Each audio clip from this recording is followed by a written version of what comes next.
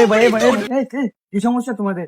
ভাই দেখেন না, ওরা বাপ দাদা সম্পত্তি নিয়ে বাপ দেখাচ্ছে। হ্যাঁ, সেভেন আপ খাওয়ার পরও যদি ওরা না শুধরায় তাহলে আমরা কিছু বলার আছে? সেভেন আপ এরা দিছে ভাই। আচ্ছা আচ্ছা আচ্ছা, তোমরা মাথা ঠান্ডা করো। তাই হ্যাঁ, দেখা যাচ্ছে তোমার এখানে 5টা, তোমার এখানে 3টা।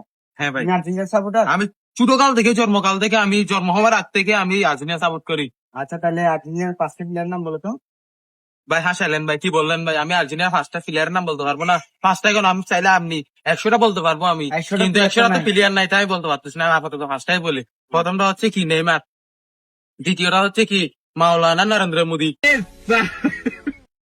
তৃতীয়টা হচ্ছে কি আলহাস লিটন দাস, চতুর্থটা হচ্ছে হানি সিং, আর পঞ্চমটা হচ্ছে জনি সিং।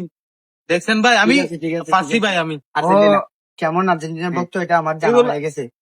ভাই আমরা তো ওদের আমার 7 আপ খাই আচ্ছা, নাই ভাই। ঠিক আছে আমার থেকে দুশো। আচ্ছা, আমার তুমিও থেকে ব্রাজিল সাপোর্টার? হ্যাঁ অবশ্যই। তাহলে দেখি তুমি 4টা প্লেয়ার নাম বলো। শুধু 4টা? এর মতো 5টা জিজ্ঞেস করতে হবে, আমি 5টাই বলি। আচ্ছা, 6টা বলো। 6টা থাক, 5টাই বলি ভাই। আচ্ছা আচ্ছা আমি বলি না, 4টাই বলি।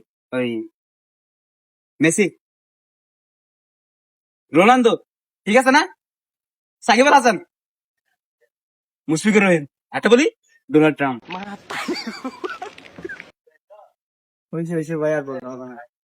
তোমরা আসলে দেখছেন ভাই, দেখছেন ওরা 7 আপ খাইছে ভাই। সেভেন আপ এরা দিছে নাকি ভাই? ভাই আসলে প্রকৃত সাপোর্টার। তোমরা দরকার দিও না। না, না।